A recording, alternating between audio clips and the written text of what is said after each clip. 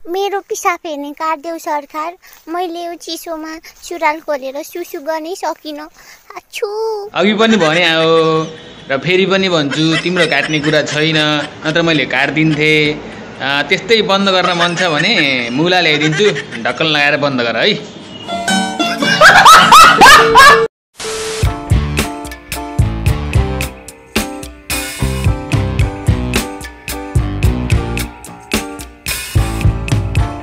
देऊ आफ्नो भविष्यको बारेमा सोच। यस्तो भिडियोहरू हेरेर बेकारमा आफूले एक्साइट नपार। जसरी ध्यानले यो भिडियो हेरिरहेछौ त्यसरी ध्यानले किताब पनि हेर्ने गर, बल्ल राम्रो हुन्छ भविष्यमा। माया सुन न। सुन्दिन के गर्छ? म्युजिक।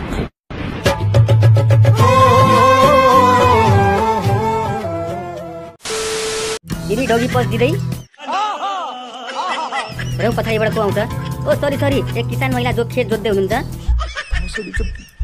बिचरा खेत जोत्नको लागि हलो नभए पनि जोत्दै। धन्य हो देशको किसान महिला। Oh my God! पुरुष भएको भए हलो त हुन्थ्यो, तर यी महिलाको त हलो नै छैन। बिचरा त्यही पनि देशको उत्पादन बढाउनको लागि खेत जोत्दै हुनुहुन्छ। बिचरा साधन नभए पनि बिचरा दिदी।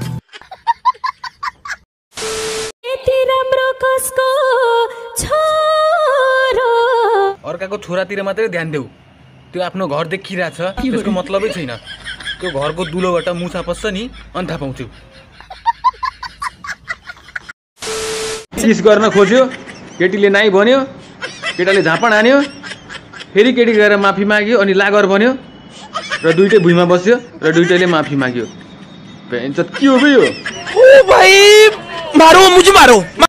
लाइक कमेन्ट भ्युजको लागि यस्तो भिडियो बनाएर हाल्छन् यिनीहरू। भोलिपर्सि यस्तै प्रकारको भिडियो हाम्रो सानो बच्चाहरूले देखेर यस्तै गर्न लाग्यो भने के हुन्छ?